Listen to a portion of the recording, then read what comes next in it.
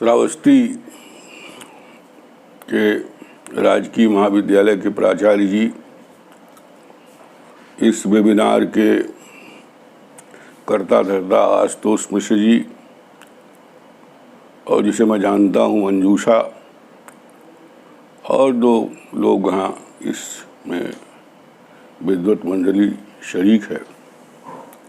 सबको आज 14 सितंबर जो हिंदी दिवस के रूप में मनाया जाता है उसके उपलक्ष्य में मेरी शुभकामना। एक बात बहुत स्पष्ट कर देना चाहता हूँ कि जो ये कहा जाता है बार बार कि हमारी शिक्षा व्यवस्था रुग्ण थी, दोष थे और वह काम नहीं कर पाई जो उसे करना चाहिए था, तो पहली बात यह है कि वह रुग्ण क्यों है, इसकी जड़ में कोई जाने की कोशिश नहीं करता है। मुझे याद है कि संसद में जब मुरली मनोहर जोशी शिक्षा मंत्री थे तो नई शिक्षा नीति पर संसद की बहस मैं सुन रहा था और जब उन्होंने उस प्रस्ताव को प्रस्तुत किया, उस पर अपना अभिभाषण प्रस्तुत किया, तो समाजवादी पार्टी के जनेश्वर मिश्र जो लोहियावादी चिंतक रहे हैं, उन्होंने एक बड़ा गंभीर सवाल उठाया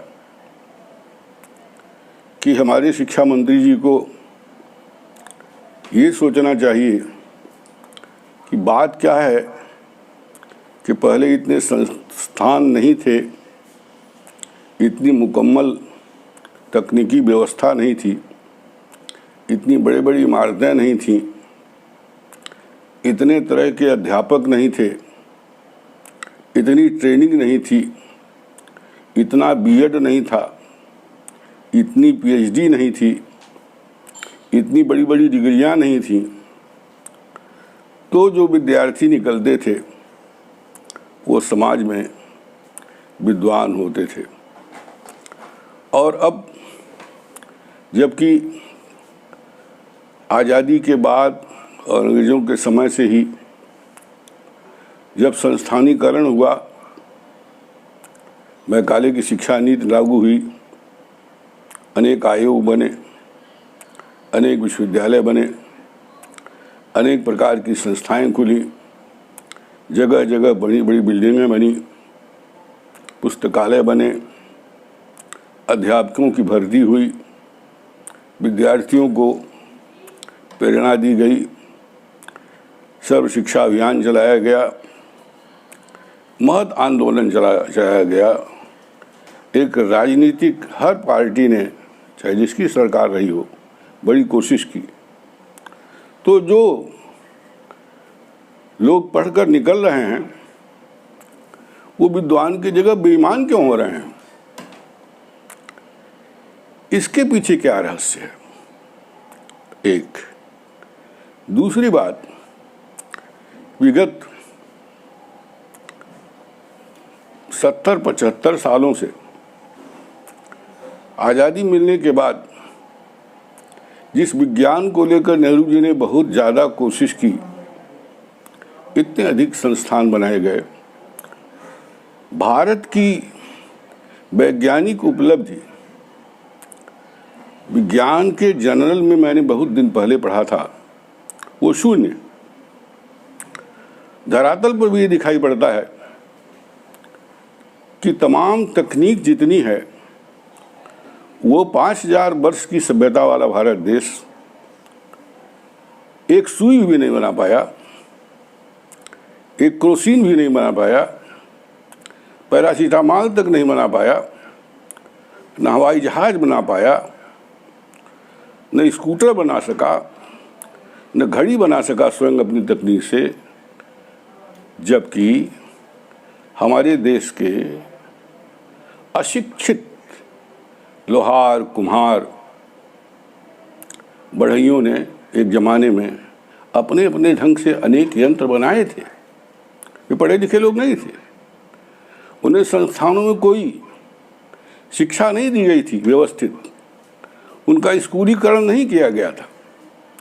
और अध्यात्म के क्षेत्र में अंदर की यात्रा के संदर्भ में भी जब कोई विश्वविद्यालय इस तरह की व्यवस्था में नहीं था, तो आप प्राचीन साहित्य पढ़िए, चाहे वो संस्कृत साहित्य हो, चाहे पाली साहित्य हो, चाहे वो बौद्ध साहित्य हो, चाहे जैन साहित्य हो, चाहे दुनिया भर की भाषाओं के तमिलनाडु से लेकर के केरल से लेकर सारे शंकराचार्यों को पढ़िए, दर्शन का क्षेत्र हो, तो बिना संस्थान के भी बहुत बड़ी बड़ी चीज़ें भारत ने लोगों को दी। ये ठीक है, क्योंकि यहाँ की दृष्टि दार्शनिक थी, यहाँ के लोगों के मन में उपयोगितावाद नहीं था।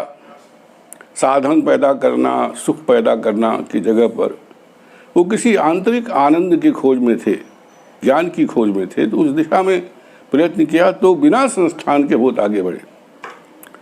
अब तो ज्ञान और संस्कृति का भी संस्थानीकरण हो रहा है, टेक्नोलॉजी और विज्ञान का भी संस्थानीकरण हो रहा है, लेकिन अधकचरे लोग जो पश्चिम की वैज्ञानिक उपलब्धियों को की नकल करते हैं और तोते की तरह से उसे रटते हैं और नकल करके कल पुर्जे बनाते हैं, तो ये एक विचित्र बात है कि वो ऐसा हो रहा है।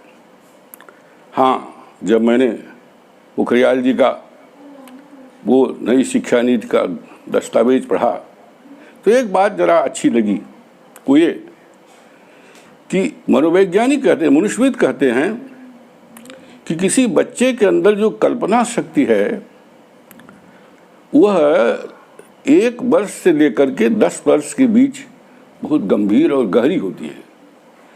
उसकी अभिप्सा, उसका कौतुक, उसका कौतूहल, उसकी आश्चर्य दृष्टि, लोक और दुनिया को देखने का उसका जो नया रूप होता है, उससे बड़ी कल्पनाएं होती हैं। और वह ये कल्पनाएं उसके हिसाब से वो अपनी भाषा में करता है। ये अच्छा लगा कि इस नीति में भारतीय भाषाओं को कम से कम जो प्रारंभिक ज्ञान है उसे प्राप्त कराने की एक पहल की गई है कि मातृभाषाओं में कम से कम बुनियादी शिक्षा दी जाए, प्रारंभिक शिक्षा दी जाए। जब वो प्रारंभिक शिक्षा अपनी भाषा में पढ़ेगा तो उसकी जो जिज्ञासाएं हैं, उसका जो ज्ञान, उसके अंदर जो कल्पना शक्ति है, जो कौतूहल है, जो कल्पना है, मनुष्यविदों के हिसाब से 10 वर्ष तक जो होती है, फिर हो सकता है कि भारत का आगे चल करके विज्ञान और दर्शन, धर्म आदि के क्षेत्रों में ज़्यादा विकास हो सके। यह एक अच्छी बात है। तो हिंदी दिवस तो ठीक है, लेकिन मैं समझता हूँ कि हिंदी दिवस की जगह हिंदी दिवस तो ठीक मातृभाषा दिवस के रूप में इसको देखा जाना चाहिए। और हिंदी चूँकि भारत के आधे भूभाग की भाषा है, और अब तो चेन्नई तक में भी आप हिंदी ही देख सकते हैं। कम से कम हिंदी बोल करके विभिन्न प्रांतों के लोग इस देश के बड़े बड़े पदों पर हैं और हिंदी ही चल रही है। वो चाहे सिनेमा के नाते चल रही हो, चाहे सोशल मीडिया के नाते चल रही हो, चाहे जो अपार अशिक्षित जनता है जो भोजपुरी मिश्रित हिंदी बोलती है, अवधी, बुंदेली, छत्तीसगढ़ी, बिहारी, वो सब मिलाकर हिंदी कोई भाषा नहीं, एक भाषा पुंज है। उसी में लोग सोच विचार रहे हैं, उसमें आदान प्रदान कर रहे हैं, व्यापार कर रहे हैं। पूरा देश में कहीं भी हिंदी से काम चलाया जा सकता है। तो कोई नियम बनाने से नहीं होता है। नियम तो लोग नहीं बनाता, लोग नियम नहीं बनाता, लोग व्यवहार करता रहे। और व्यवहार इतना प्रबल होता है, ऐसी बेगवती धारा होती है लोग की नीति में कि उसमें सरकार और किसी सरकारी प्रयत्न का कोई बहुत मतलब नहीं। अगर हिंदी पूरे देश में आगे बढ़ रही तो केवल राजभाषा का दर्जा मिलने से नहीं बढ़ रही है, वो राष्ट्रभाषा भी बनेगी तो लोक की जो महती धारा है उस महती धारा के प्रबल वेग के प्रभाव के नाते बनेगी। तो जो नई शिक्षा नीति है इसमें बातें तो बड़ी बड़ी कही गई हैं, पर इन बातों को लागू करने वाला जो समाज है वो समाज ये मानता है कि जैसे हम संस्कृति और चरित्र और नैतिकता कोई बाहर से हम ला करके एक लेप की तरह से बच्चों में या विद्यार्थियों पर लगा देंगे। आचरण कुछ नहीं होता है, आचरण तो आत्मा का दर्पण है।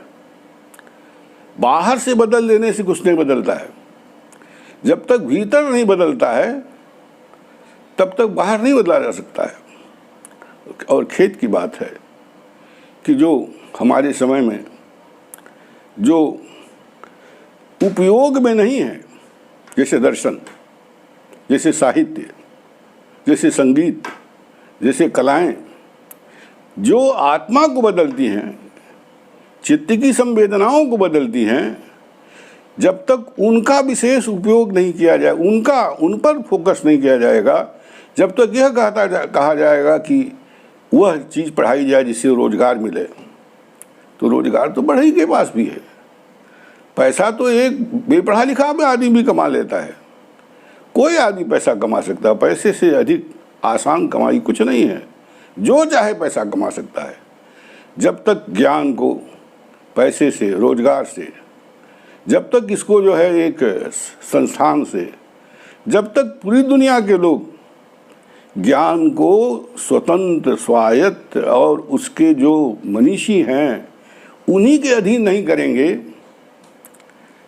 उनके अनुसार जब तक भर्तियां नहीं होंगी अध्यापकों की, तब तक नियम, कानून, मेरिट और जो औपचार है जिसे बायोडाटा संस्कृति में कहता हूँ, इस बायोडाटा संस्कृति से विद्वान नहीं बेईमान लोग पैदा होंगे। कोई मौलिक उद्भावना नहीं पैदा होगी, कोई नोबेल पुरस्कार पाने वाला नहीं पैदा होगा जल्दी। वो कंपनियों के दलाल पैदा होंगे, वो पैकेज पाने वाले लोग पैदा होंगे। और इस संबंध में जब तक दर्शन, कला, मनुष्यता, संवेदनशीलता को और उच्च मनुष्य के आध्यात्मिक तत्व को आधार, महत्व, प्राथमिकता नहीं दी जाएगी तो मनुष्य कहाँ जाएगा? वो यंत्र या डिवाइस बनकर के रह जाएगा। और मनुष्य का दुनिया भर में डिवाइस होते जाना आज पागलपन के दौर की तरफ जा रहा है। आप जानते हैं कि जो बड़ी इकानमी वाले देश हैं वहाँ के मनुष्य किस तरह की स्थिति जी रहे हैं, उन्हें नींद नहीं आती है। वो 24 घंटे दौड़ रहे हैं बिना जाने तो क्यों दौड़ रहे हैं, और दौड़कर पाएंगे भी तो क्या पाएंगे, जबकि प्रत्येक प्राणी की मंजिल मृत्यु है। और इस थोड़े से समय में उसे अपने भीतर की चेतना को विकसित करने का प्रयत्न करना चाहिए। उस चेतना का, आत्मा के उस सूर्य को भी, उस दिए को जलाने की कोशिश करनी चाहिए जिस दिए के प्रकाश में आचरण का फूल खिलता है। आचरण का फूल बाहर से कपड़े बदल लेने से, बाहर से जो है सांस्कृतिक नियम बना लेने से, जैसे प्रेम की परिभाषाओं से नहीं होता है, या प्रेम चिल्लाने से प्रेम नहीं होता है। जैसे बराबर कहा जाए कि ये अनुराग करो, अनुराग, ऐसा कहने से नहीं होता है। उस चित्त को पैदा करने की जरूरत है जिस चित्त में अनुराग पैदा होता है। उस चित्त को पैदा करने की जरूरत है जिसके भीतर विज्ञान पैदा होता है। उस चित्त को पैदा करने की आवश्यकता है जिस चित्त में कोई बेईमान नहीं होता है, जो उस मुकम्मल ईमान जिसके भीतर पैदा होता है। सत्य जिसमें पैदा होता है। और सत्य और संस्कृति के वृक्ष जब तक दुनिया में पैसे की संस्कृति काम करती रहेगी और उसी से संबंधित जो तमाम विद्यालय, महाविद्यालय, संस्थान, नीतियाँ बनती रहेंगी, तब तक मैं समझता हूँ कि इसी देश का ही नहीं, दुनिया की मनुष्यता का कल्याण नहीं हो सकता है। आज महामारी, तमाम महामारियाँ आ रही हैं, तमाम दुर्घटनाएं, तमाम झंझटें पैदा, युद्ध की स्थिति पैदा हो रही है। दुनिया में इतने हथियार बन रहे हैं कि 7-7 बार इसको खत्म किया जा सकता है। जरा से किसी की चूक की ज़रूरत है। एक ऐसा तनाव का वातावरण बराबर, एक गुरुणता का वातावरण, एक तरह की संवेदनहीनता का वातावरण जो बनता जा रहा है, उसका मुख्य कारण है कि ज्ञान को स्वतंत्र नहीं रहने दिया गया है। ज्ञान की जो एटानमी है, जो गुरुओं के पास थी, मनीषियों के पास थी, कभी जो गुरुकुलों के पास थी, जिसमें किसी का हस्तक्षेप नहीं होता था, सत्ता भी जिसमें हस्तक्षेप नहीं करती थी, धर्म संस्थानों का जिसमें हस्तक्षेप केवल होता था, जिसमें उस विषय के बड़े ज्ञानी, बड़े लोग, जिनका चरित्र उत्तम था, जिनकी महानता और तप उन्नत था, वे लोग जब निर्णय करते थे तो वो निर्णय त्याग के आधार पर बात करने वालों का निर्णय था। बड़ी बड़ी तनख्वाह पाने वालों का निर्णय नहीं था, न सत्ता के मठाधीशों का निर्णय था। और तब भारत कम से कम नहीं वस्तु निर्माण में तो कम से कम चेतना के निर्माण में आगे था। तो जिस क्षेत्र में हम आगे थे वहाँ भी पीछे हुए, और जहाँ पीछे हैं वहाँ भी इसलिए हुए क्योंकि हमने बुनियादी शिक्षा में उस भाषा को नहीं स्थान दिया जो भाषा किसी बच्चे की मातृभाषा होती है। सिर्फ इस नीति में, ये जो नई नीति आई है, केवल एक सकारात्मक बात है कि बुनियादी शिक्षा मातृभाषा में दी जाए। लेकिन दिक्कत क्या है कि अंग्रेजी स्कूलों का जो माफिया है देश भर में फैला हुआ, वो इसको चलने नहीं देगा, क्योंकि उससे कमाई भी वही पैसे की संस्कृति। उसका इतना दबाव होगा, जैसे विदेशी दवाइयों का ऐसा दबाव दुनिया पर है बहुराष्ट्रीय कंपनियों का कि आयुर्वेद, होम्योपैथी को नन एंड वाइट किया जा रहा है। जो देसी दवाइयाँ थी उनको ख़त्म किया जा रहा है और लोग पर निर्भर होते जा रहे हैं, उनकी कृपा पर निर्भर होते जा रहे हैं, उनके टीकों पर निर्भर होते जा रहे हैं। तो उसी तरह से ये जो अंग्रेजी का एक जो जार्गन पैदा किया गया है, ये धीरे धीरे पैदा किया गया है। जैसे लगता है कि अंग्रेजी वाला बहुत कुछ जानता है, जबकि अंग्रेजी बोलने वालों का अगर अनुवाद कर दिया जाए 2 कौड़ी की बातें होती हैं, उससे कुछ नहीं होता है। वो केवल तोतों की तरह से एक तरह की भाषा होती है जिसमें उपचार के अलावा कुछ नहीं होता है, उसमें कोई सोच ही नहीं होती है। असल में ये लोग सोच ही नहीं सकते हैं क्योंकि इन्होंने मातृभाषा में पढ़ा ही नहीं है। जो मातृभाषा में नहीं पढ़े हैं, कभी उनमें सोच पैदा नहीं हो सकती है। इस बात को ध्यान रखने की ज़रूरत है।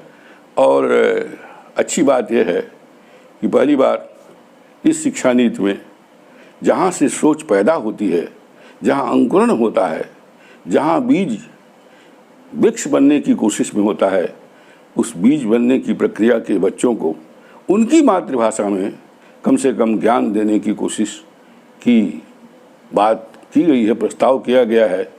व्यवहार में तो आप जानते हैं कि भूमि पर बराबर पानी, ज्यों ज्यों ही माया लपटानी।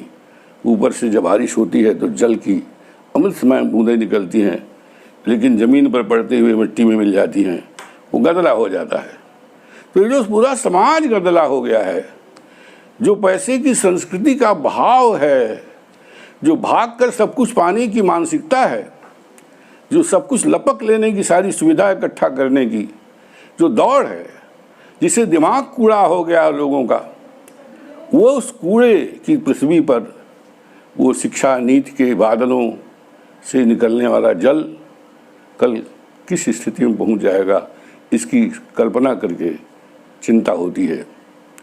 तो हमारे मित्रों, आपने समय दिया और ये बात कहने का अवसर दिया कि हमें पूरे देश में, पूरी दुनिया में, यही नहीं पूरी दुनिया में कम से कम संस्कृति को, ज्ञान को, विचार को स्वाधीन करने की आवश्यकता है।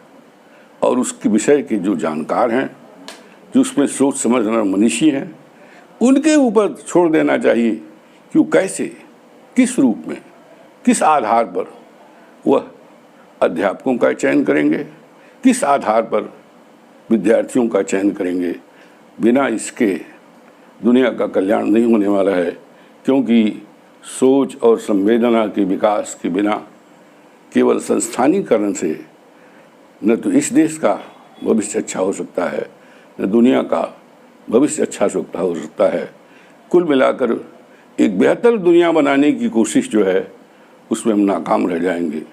इन शब्दों के साथ मैं आप सब आए हुए लोगों का अभिवादन करता हूं और इसमें भाग लेने वाले जो हमारे मित्र हैं, देवियाँ हैं, जो भी लोग हैं, प्राचार्य जी हैं, आशुतोष जी, सब लोगों को मैं अपनी ओर से एक तरह की कृतज्ञता व्यक्त करता हूं कि उन्होंने मुझे भी इसमें शरीक होने का अवसर दिया। बहुत बहुत धन्यवाद।